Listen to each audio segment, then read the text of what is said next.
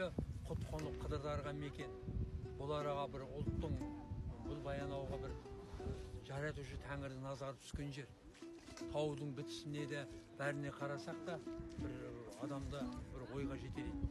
Жалпы Баянауылдың табиғаты, мінекей бүгінде өздеріңіз келіп жатсыздар, ұлттық паркімізге 40 жыл болған. Кеңестік дәуірде саясаттың қанын тамып тұрғанда ұлттық парк құру дегеніңіз ол кезде. Бірақ бұның бағы басып тұр да, бағы басым болып тұр. Енді 4 көліміз бар, өздеріңіз көрген Сабынды көл, кешегі. Одан кейінгі көліміз мінекей Жасыбай көлі. Жаңағы барған ауылда Торайғыр көлі бар, сосын бізде Біржан көлі бар дейді. Жалпы демалушылардың жаңағы бір сүйікті орнына тірі адамның жұмағы десек артықшылық болмайды. Енді Жасыбай атауына келсек те, бұл 18 ғасырға байланыстырады ғалымдар. Жалпы бұл көлді Шойынды көл деп атаған. Неге? Себебі аңыздарда айтады, Қалмақтың Шойын деген батыры аң аулап жүріп атымен суға кетіп қалған екен, соны Шойынды деп атаған. Енді екінші бір аңызда Қалмақтан осы жерді босатып, олар бізбенен көршілес ел болғанмен басқа дін ұстанған, Будда дінін. Және олар жабайы шошқа, яғни қабандарды жеген.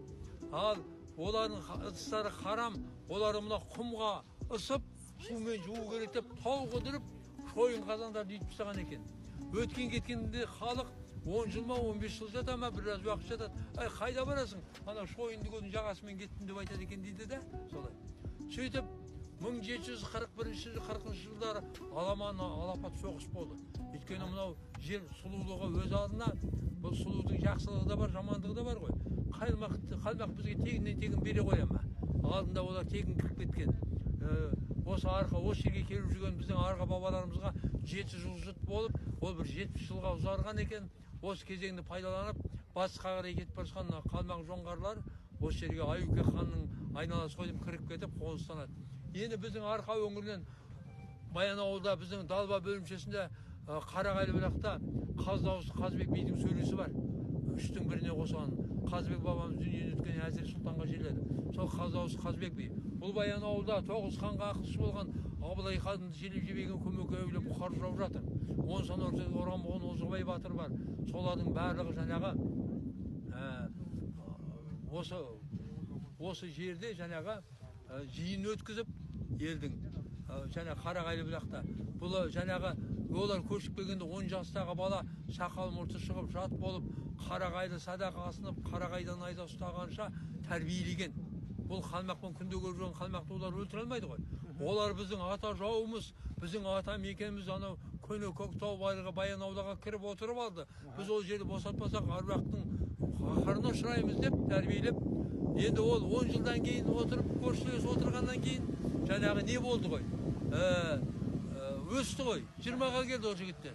Солардың бәрін атқа қондырып, осы жерге шабуыл жасады. 10 сан ортада Орамбоған Озғабай батыр. Біздің жер ұры, бұл стратегически важный объекті дейміз ғой. Жер ұры. Бұл жерде бір күн қалмақ алса, бір күн қазақ алады. Таулы жер. Сөйтіп жаңағы бұл жерде 2 жылдай соғыс болып, ақыры 10 сан ортада Орамбоған Озғабай батырдың жиені жаңағы Жасыбай батыр өмірұлы шолушы топ дейді, разведка дейміз ғой. Соны басқарған 100 басы болған. Осы жерден жауды қуып шыққаннан кейін анау асуда тұрып, жауды кіргізбеуге бекінген ғой. Ол кісінің бір керемет қасиеті болған, қойдың жауырынын күлге салып, жаңағы жауырын ашады екен. Онда аттың ер-тоқымның қасы түседі екен, не адамның басы түседі екен. Сөйтіп қалмақтар нағашысы Озғабай батырға тартқан жауырыншы екенін Жасыбайдікін біліп, аттарын теріс қаратып еттеп қойыпты. Содан жауырынды ашып берсе, қалмақтың беті мынау Абыралыға бұрылған екен ғой деп, Сауыт Сайманын шешкен, жартасының түбінде тығылып тұрған Құбан берген садақпен атып Жасыбайды өлтіреді. Өздеріне ешкімге дес бермейтін Жасыбайды жетіп өледі. Оған ашуланған Озғабай батыр, 10 сан ортадан Орамбоған Озғабай батыр бірде-бір қалмақ қалмай түгел қырып, мына бізде Май ауданы дейді, Павлодар облысының Баянауылдың 2 арасында қалмақ қырылған деген жер бар. Шерек тасы. Сол жерге қамап, бірінде қалдырмай бәрін қырып тастаған екен. Айтуларына қарағанда арбаның күпшегінен бойы аспайтындарды қалдырып, қалғандарын бәрін қырған. Олар ертең өскенде білмейді қалмақ екен. Сөйтіп олар қазақтың атынан қалып қойды. Енді сөйтіп бұл жердің жаңағы атақты Жасыбай батыр осы жерде көз жұмғаннан кейін жаңа 10 сан ортаға ұран болған Олжабай батыр, Сырым Малайсары батыр, Қанжығалы қарт Бөгенбай бабаларымыз бұл жердің атауы енді Жасыбай болады деп, сөйтіп бұл жер Жасыбай елді мекенде атанды, көлде Жасыбай батырдың есімімен аталады. Осы. Енді бұл көлдің енді кереметі сол, міне көздеріңіз көргендей судың астында кешеден бері айтып отыратын инеге жіп сабақтауға болады. Осының бәрі біздің демалушы қауымның бір керемет жаңағы қазақ Сарыарқаның Анталиясы десек артық айтпаймыз. Тереңдігі қанша тереңдігі? Бұның тереңдігі әртүрлі.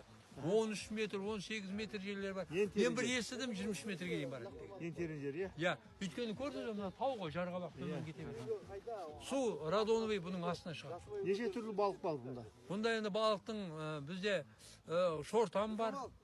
Ана белый амур дейді. Сосын жаңағы шабақ бар. Мөңке. Алабұға бар. Осында, иә, бізде бір 7-8 түрі бар шығар. Мұрат, неше түрі бар балықтың бізде? Ал, енді керек. Осылардың бәрі осы Баянауылдың көлінде мекен дейді. Енді кереметі мұны 4 көлдің 4 түрлі. Мысалы, шортан балығы Жасыбайдың көліменен Сабынды көлде мекендесе, біздің Торайғыр мен Біржан көлдерде олар жоқ ондай балық. Енді табиғат өз алдына әдемі, 50 мың гектар жерге туристер емін еркін жүре алады. Әрине мемлекеттік инспектордың бақылауымен. Оның кереметі 50 мың гектардың 27-28 мың гектары бізде тас.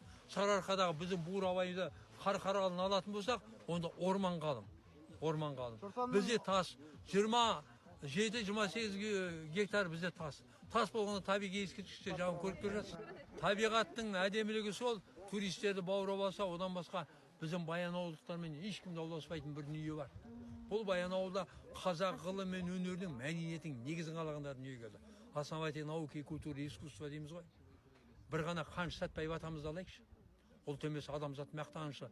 Сол бір қазаққа жерде орын болмағандай анау планетада есімі жүр, Сәтпаев планетасы бар. Қазақ археология этнографиясының атасы 8 ғылымды қатар алып жүрген академик Әрике Марғұлан осы Жасыбайда дүние келді. Анарада Дулат бұлағы деген Қара бұлақ деген жер бар, сонда дүние келді. Иә, қазақ энергетикасының атасы Халқа Қарман Шапық Шокин. Ана өзімізден Бұқтырма, Қапшағай, Жамбыл, Екібастұз, Ақсу, Қалаберді, Қарағанды каналдарының негізін қалаған әлі жарқын көріп отырмыз. Химияның атасы Әбікен Бектұров 1950 жылдарда жаңа тыңы егеру қарқын алғанда біздің жаңаға Шұрайлы Шымкентімізді, Шым қаламызды, Жасыл қаламызды сенде де мақта мата өндірісі дамымаған деп Өзбекстанға береміз деді. Мынау 5 облысы целинный край деп Ресейге қосамыз деді, жақсы білесіздер. Анау біздің Атырау мен Маңғыстауды сенде де мұнай институты жоқ деп Түркіменге береміз деді. Сол кездерде жаңағы Сұңғылақ Қаныш атамыз 2 жыл бұрын осы мәселені көтерілетінін біліп, сол кездегі үкімет басында отырған Жұмабек Тәшенов пен Қонаев аталарымызға барып қаулы қабылдатқан. Қазақ СССР ғылым академиясында химия блогы жұмыс істеп тұр деп. Яғни бұл кісілерді Мәскеуге Хрущев шақырғанда құжаттарын бірге алып барған. Қазақтың бір адым жерін біз ешкімге бермейміз. Мұнайымызды, және газымызды өзіміз өндіріп аламыз деп Әбікен Бектұров аталарымыз, және Қаныш Сәтпаев аталарымыз аман алып қалды. Одан кейін Қаныш Сәтпаевтың шәкірті геология министрі болған Есенов ағамыз қаншама олармен соғысты, білесіздер, осындай дүниелер. Я олар енді бір төбе. Баянауылда бізде қазақта тарихшылар көп. Қазақтың ақсақалдарының бәрі тарихшы. Шәкәрім Қажы Құдайбердіұлы. Я 300-дің шешін жазған ұлы ғұлама ғалым Мәшірсу Көпейұлы атамыз. Қошке Кемеңгеров, Мұхамеджан Тынышбаев, бұлардың бәрі тарихшы. Бірақ тұңғыш салалы тарих ғылымының докторы Ермахан Бекмаханов осы жерде қан тамған. Ол кісі 40-шы жылдары қазақ тарихын жазамын деп, Кенесары хан жазамын деп 25 жылға сотталып, 7 жыл отырып Панкратова дегеннің көмегімен шықты, бірақ содан жабысқан кеселден дүниеден көзін жұмды. Анау Алматының ар жағында Есік қорғанында алғашқы алтын адам тауып, әлемге бүкіл қазақты паш еткен тұңғыш археология ғылым доктор Кемел Ақышев атамыз осы жерде. Алматыдан Астанаға көшіргенде, Ақмолаға көшіргенде Бозоқ, Ақжол қалаларының, ескі қалаларының орнын жаңағы тауып зерттеген тағы да сол Кемел атамыз болатын. Ол кісі 2003 жылы қайтыс болды. Ол кісінің көзіміз көрді. Я енді Баянауылда тұңғыш дипломды адам дәрігері Әміре Дұрманұлы Айтбәкин дүниеге келді. 1889 жылы Томскіде император университеті ашылғанда бірінші қазақ еді барып түскен. Ана Иркутск, Москва, тіпті Польшаның басылымдары айғай-шу, инородец, басқа ұлттың адамы бұл жаңағы күрделі оқу орнына түсті деп. 1889 жылы түскен Әміре Дұрманұлы Айтбәкин 1894 жылы күміс медальмен бітіріп шықты. Қымыздан диссертация қорғады. Ол кісі Қазақстандағы тұңғыш дипломды адам дәрігері болатын. Бұлар көбәк, мен қайсын айтып бітем. Баянауылда бағанада айтып тұрмын ғой, Тоғыз ханға ақылшы болған Абылай ханды жебеген Көмекей әулие Бұқар жау жерленді. 300 шежірін жазған ұлы ғұлама ғалым заманымыздың әулиесі Алталаштың атасы этнограф Мәшіров Көпейлі атамыз жатыр. Мен оларды қоспайын, шығармашысы Сұлтанмахмұт Торайғыров 27 жас өмір сүрді, Алашұранын жазып кетті. Қара сөздің қағыбасы қауырсын қаламды екі салмаған алғашқы драматург Жүсіпбек Аймауытов. Ұлы ғұлама ғалым ағасы Мәшірсіп атамызға жазған хатында, Мәшірсіп аға, мен 2 айдай қолым тимеді. Қартқожа романын бастап едім, мен бүгін бітірдім дейді. 2 айда бір роман бітіру деген. Қазір біздің жазушылар роман жазсаң 6-7 жыл жүріп алады. Анау сылтау, мынау сылтау. Бірақ ана Жүсіпбек аталарыма таң қаламда.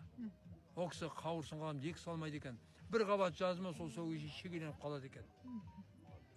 Театрда Жұмат Шанин, кинода Шәкен Аймановтар, Дала Паганини мысалы. Тұңғыш салалы медицина ғылымдарының докторы қазақ вирусологиясының атасы Хамза Жұматовтар. Алғашқы елшілердің бірі Сапар Жұматовтар. Бұлар енді көп қой жарттыдар.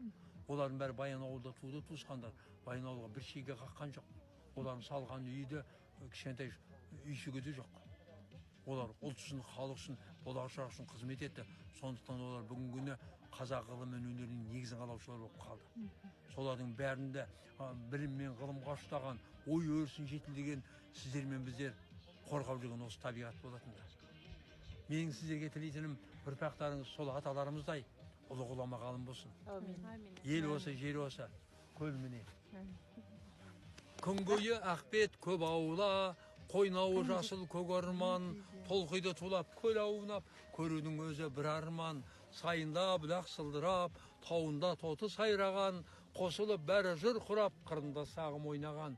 Шың десең шыңның биігі, тау десең таудың асқары, бұл өңір жер иығы шуаққа толы аспаны.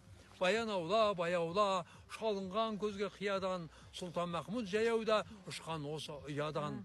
Ақындардың жерінде өнермен шыққан атағы, отырар қатар төрінде ұстасы Дихан Шопаны дейді. Біздің бәріміз бір дейміз.